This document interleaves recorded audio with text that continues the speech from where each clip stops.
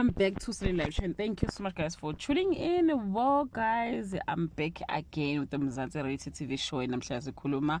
ngothando nesithembu. Well guys, from the previous episode of which kade ke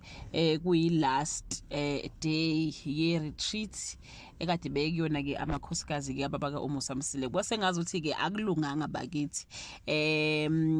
osinonto ke kanye ke nobaba uNdabe baze basuggest ukuthi babe nayo session with the Mseleku family outside ama camera because kwase ngazuthi cha kuningi okufanele ke kulungiswe but ke guys kwase ngazuthi ke lapha ya abanye bahambe bejabula impela njengoMakhumalo ukhiphe konke kade sesifubeni sakhe konke kade sesifubeni sakhe wakhipha and uthi ke uhambe feel ukuthi ke uoffloadile ke enhlizweni yakhe umayeni ke guys niyamazi ke na into eningi akahlangana nazo noma ngwabe naye ngicanga ukuthi na ukukhulumile kade kusenhlizweni yakhe inkinga ke isele ke noNdlunkulu ke uMacele guys uMacele is so angry at Makhumalo but abantu babuza ukuthi udinwe yini kahle yini le show Makhumalo leze yamenza ukuthi athi Makhumalo yangidakelwa uMakhumalo ngalezi zinto ke ayishow ukuthi uMacele yabona iproblem lapha ya mangabulayela kahle uyabona ukuthi iproblem ubaba uMseleku and uMacele akuve ukuthi uthinte ngaleyo ndlela koMakhumalo but basuke bekhuluma naye bekhuluma ngaye ngenxa ukuthi uMseleku ukhuluma ngayo yena obeka igama lakhe phambili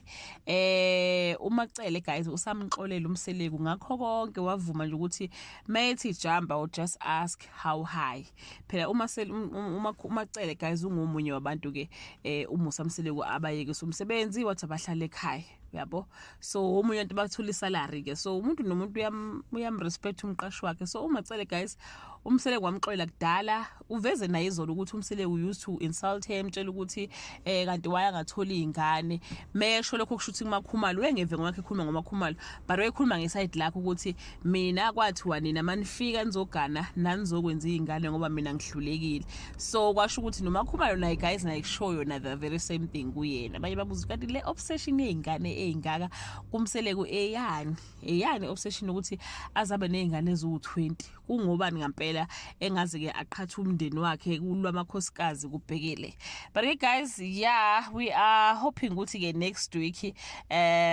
khona sokuthola bakithi ukuthi mhlambe kulungile phana ke kwi retreat ekade beyihambile but nje guys Macele uthi nje wayithinta inyoka emgodini uMakhumalo labafazi labo uzobakhombisa kahle ukuthi yena ubani into engimangazile ukuthi ke uMacele wayithe into ehlanganisa uMseleku namakhosikazi after 20 years akahlangana but she is number one when it comes to uMakhwela of which she's changing kahle shutha akafuni laba bakhona